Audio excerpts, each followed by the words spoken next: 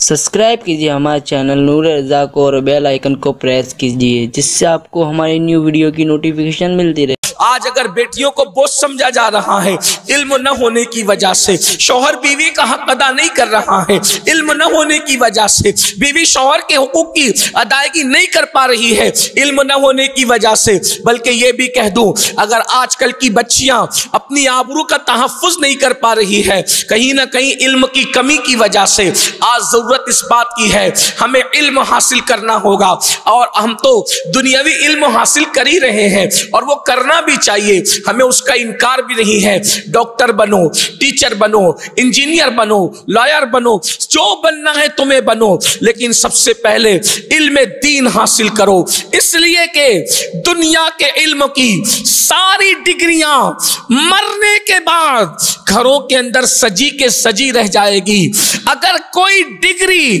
कब्र में काम आएगी तो वो ईमान और इस्लाम की डिग्री है। इसलिए मैं अपनी बहनों से कहना चाहता हूं, खास तौर पर जो माएँ हैं उनसे कहना चाहता हूं कि जामिअतुल मुस्तफा लिल बनात का जो क़याम अमल में आ रहा है, आप अपनी बच्चियों का एडमिशन करवाएं, स्कूल के साथ उनको मदरसे में भी भेजें ताकि उनको पता चले एक औरत की जिम्मेदारी क्या होती है, एक बच्ची की जिम्मेदारी क्या होती है, एक खातून की जिम्मेदारी क्या होती है। यहां मर्द होते तो उनके बारे में भी गुफ्तगू होती, लेकिन खास ये महफिल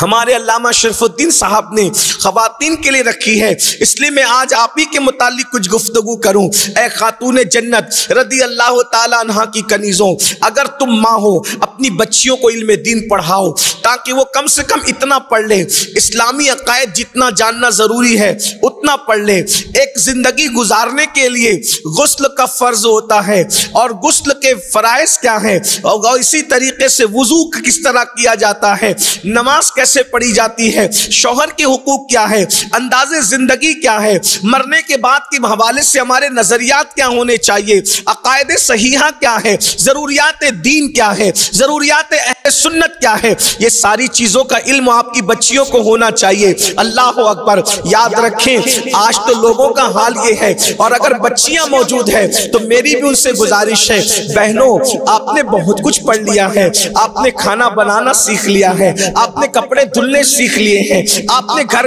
का कामकाज सीख लिया है, लेकिन मेरी बहन याद रखना पूरी जिंदगी तुम जिन्हें खिलाती पिलाती रहोगी, खाना बनाकर जिस दिन मर जाओगी तुम्हारे मुंह पर मिट्टी डाल करके जब ये लोग लौटेंगे तो कोई तुम्हारी मगफिरत की दुआ करने वाला तक न होगा। ये खुद गर्ज दुनिया है। इस खुद गर्ज दुनिया के अंदर मैं ये नहीं कहता कि आप खिदमत ना करो, यकीनन खाना पकाती हो पकाती रहो, खिलाती हो खिलाती रहो, लेकिन खाना बनाने का हुनर सीखने वालियों कम से कम दीन का भी तो कुछ इल्म हासिल कर लो, मजहब का भी तो कुछ इल्म हासिल कर लो, अपनी आखिरत की भी तो कुछ तैयारी कर लो। तकरीबन 99% औरतें ऐसी हैं जिनको दीन पता नहीं है, जिनको मजहब पता नहीं है, जिनको इस्लाम पता नहीं है। और याद रखना बच्चियों का इल्म हासिल करना, खास तौर पर इल्म दीन बेपना जरूरी है, इसलिए कि किसी मुफक्किर ने कहा था कि मर्द ने पढ़ा, फर्द ने पढ़ा,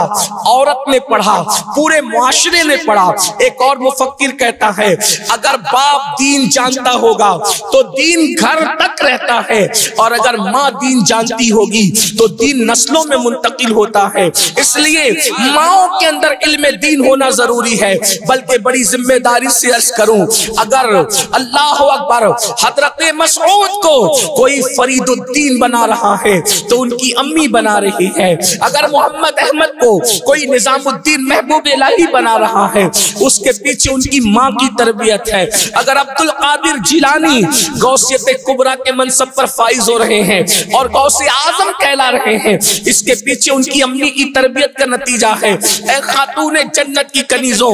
दीन हासिल करो ताकि तुम्हारी गोद से ही दीन मुंतकिल हो। एक माँ अपने बच्चे को सिर्फ दूध नहीं पिला पिलाती, बल्कि दूध के साथ साथ अपने सीने के जज्बात भी पिलाती है, अपने एहसासात भी पिलाती है, अपनी गैरत भी पिलाती है। इसीलिए तो हमारे बुजुर्गों ने डब्बों के दूध को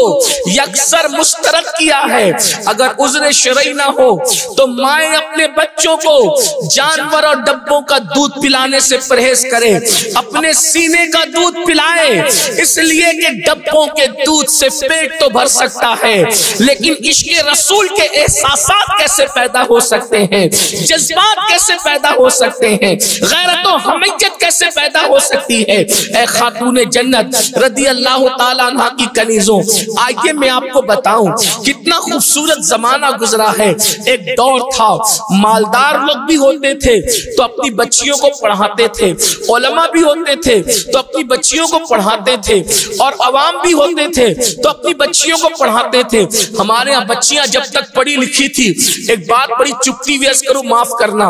आज